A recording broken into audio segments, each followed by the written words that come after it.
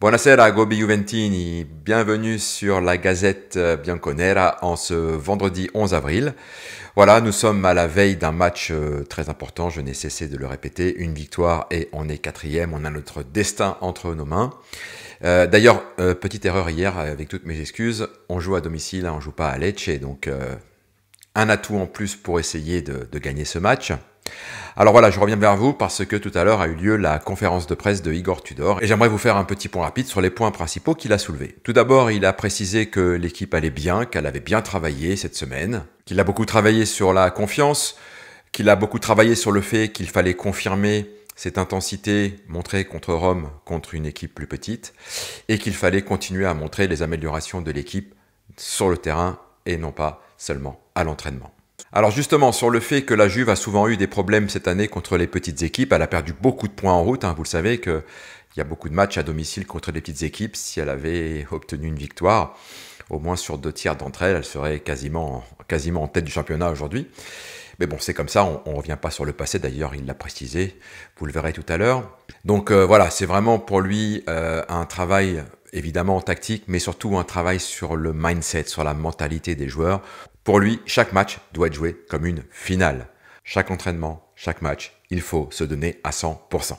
Donc il a reprécisé encore que l'équipe vraiment s'améliorait. Il a dit que pour chaque match, en fin de compte, chaque joueur jouait contre lui-même. Vraiment un combat contre lui-même, de se dépasser, de sortir de sa zone de confort, de tout donner. Et c'est comme ça que collectivement, le groupe va monter en puissance et va continuer à monter en puissance. Ensuite, on l'a questionné au sujet de Thuram. Alors pour Thuram, il avait l'air plutôt assez optimiste. Mais bon, il a dit qu'il attendait demain pour vraiment savoir s'il était en capacité de tenir sa place ou pas. Donc pour l'instant, Thuram, pour l'interrogation, avec quand même un petit plus à côté. Mais que de toute façon, il y avait des joueurs à disposition s'il était blessé, qui sont également très forts et qu'à ce niveau-là, il n'y avait aucun problème. Ensuite, on l'a questionné sur l'association Vlahovic-Kolo Muani.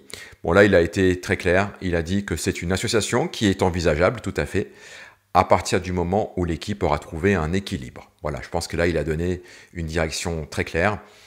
Tant qu'il ne sentira pas l'équipe équilibrée à permettre à 2 joueurs de se projeter devant beaucoup plus, il restera avec un 3-4-2-1. Ensuite, on l'a demandé sur comment il voyait la situation avec 6 clubs en 6 points. Et là, il a tout de suite tranché dans le vif. Il a dit « Moi, je ne fais pas de calcul ». Chaque match, il a répété toujours la même chose. Chaque match, là, selon lui, on va à la guerre, on met les casques, on pédale et on fait les choses juste avec envie et détermination. Puis, dès le match terminé, on se concentre sur l'entraînement qui arrive de façon à continuer à progresser, travailler pour le match d'après montrer encore plus. Alors on lui a demandé comment il avait trouvé le groupe quand il l'a récupéré. Il a clairement précisé qu'il avait trouvé des garçons vraiment qui avaient envie de montrer, qui avaient vraiment l'envie de bien faire. Et ça pour lui, c'est la chose la plus importante. C'est la plus importante tout simplement parce que lui, en tant qu'entraîneur, bien évidemment qu'il a un rôle important, mais c'est un rôle de guide. Sur le terrain, les protagonistes, ce sont les joueurs. Il ne faut jamais l'oublier. Évidemment, on a intérêt sur Kop. Donc Kop, il a été très sec, très basique. Il a dit qu'il le trouvait plus pimpant, plus positif dans son attitude et avec un niveau d'énergie qui est en train de remonter. Il a beaucoup travaillé sur le physique, mais ça, comme tous les joueurs. Ensuite, il a affirmé qu'il avait totalement confiance en Vlahovic et Kolo Muani, même si ces 2 attaquants n'ont pas marqué depuis longtemps. Il leur fait entièrement confiance sur ce qu'ils montrent à l'entraînement, sur ce qu'ils ont montré en match, sur leur envie de bien faire et sur leur implication totale pour que la Juventus arrive à atteindre son objectif de la 4e place. Donc pour lui, il n'y a pas de débat. Il fait entièrement confiance en ses attaquants. Ensuite, il a parlé de Lecce, qui pour lui est une équipe qui est bien mise en place, qui repart très bien, qui est très agressive et qui a un entraîneur qui l'apprécie énormément. Après, il dit, voilà, oui, de toute façon, chaque équipe se prépare très bien, c'est pas le problème. C'est à nous de faire l'histoire, c'est à nous de faire le match. Avec tout le respect qu'on peut avoir pour nos adversaires, c'est à la Juventus d'être la Juventus, da Juve, à Turin, et de faire le match. Il n'y a pas de négociation possible, il n'y a pas d'excuses, il n'y a pas d'échappatoire, c'est comme ça, dans le respect de l'adversaire. Il n'a pas voulu commenter les déclarations de Capello au sujet de l'organisation du club de la Juventus. Il a simplement dit qu'il avait trouvé un club qui savait où il voulait aller et qu'il se sentait accompagné par des professionnels qui était tout à fait capable d'amener la Juve là où elle veut aller.